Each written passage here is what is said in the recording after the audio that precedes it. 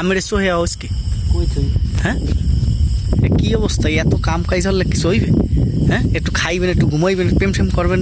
একটু রোমান্স করবেন হ্যাঁ করেন না না এত কাম খাইছে যে এই পরিবেশটার যে আল্লাহ চালান হ্যাঁ আমার দিক চায় আমার ঘরে মানে আমার ভালো পায় পাই না হ্যাঁ পাই না বেশি পায় না কম পায় বেশি হ্যাঁ বেশি কয় কি বিয়ে শাদী হরাইবে তাহলে না আরো পরে আর দেরি আছে এই ঘরের পিছিয়ে তো আপনার জীবনটা উৎসর্গ করে দিলেন সাদাত ভাই দিম না হ্যাঁ দিম না হ্যাঁ হ্যাঁ মা বাপের লোককে দেবেন কিন্তু মা বাপে কিংবা আমার বাইরিয়া বিয়েটি হরানোর কথা দি কয় না আল্লাহ তো অনেক বড় হয়েছেন বিয়েটি হরাস চায় না নাকি